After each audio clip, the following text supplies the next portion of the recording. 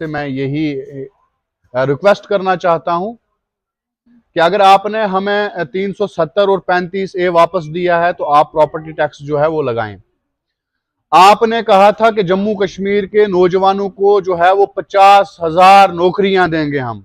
अगर आपने वो 50,000 नौकरियां जम्मू कश्मीर के नौजवानों को दी हैं तो आप प्रॉपर्टी टैक्स जो है वो लगाएं।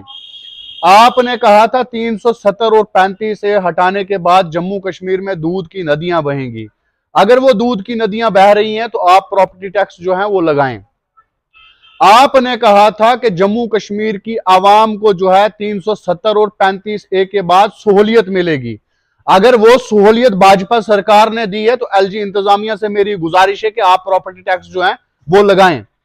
आपने कहा था कि हम स्टेट को जो है वो स्टेटहुड वापस करेंगे, रिस्टोर करेंगे स्टेटहुड। अगर आपने रिस्टोर किया स्टेटहुड, हमारी स्टेट को वापस दिया स्टेटहुड, तो आप प्रॉपर्टी टैक्स जो है वो लगाएं कि रेत बजरी भी हम लोग लाएं, इट्टें भी हम लोग लाएं, ढांचा भी हम भी अपनी मलकियत पे खड़ा करें और हमारी गरीब आवाम जो है वो बाहर की रियासतों से केवल का काम करके, वॉचमैनी का काम करके अपने परिवार के लिए एक आशियाना बनाएं और आशियाने में भी सरिया हम खुद लाएं, सीमेंट खुद लाएं, ईंटें हम खुद लाएं, छत हम खुद डालें, लेकिन टैक्स जो है वो गवर्नमेंट को देना। मैं पूछना चाहता हूं किस चीज का?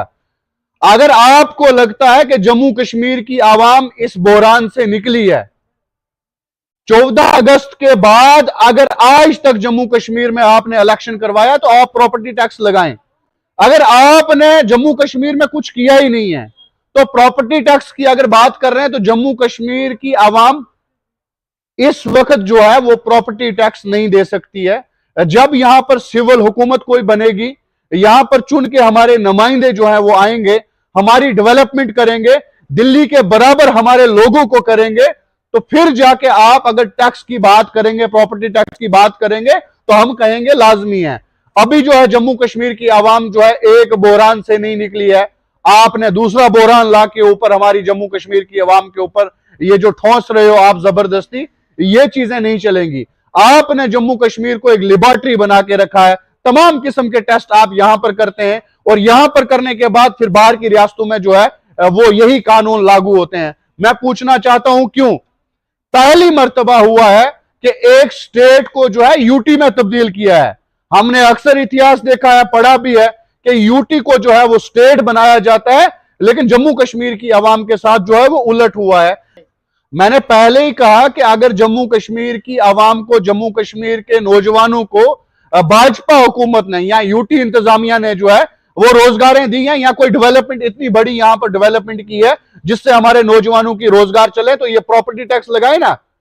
लेकिन डेवलपमेंट करने से ये कासिर, नौजवानों को नौकरियां देने से ये कासिर, यहां पर कोई भी आवाम की बात करने से ये कासिर, लेकिन टैक्स की जब बात आती है ये अव्वल नंबर पर खड़े हो जाते हैं।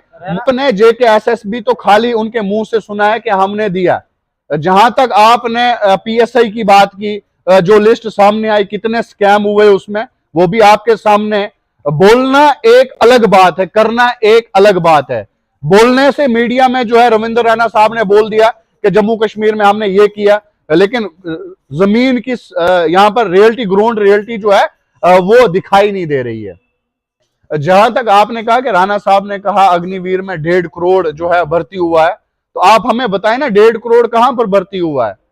और जो नौजवानों को आप झांसे दे रहे हो, एक एक साल, दो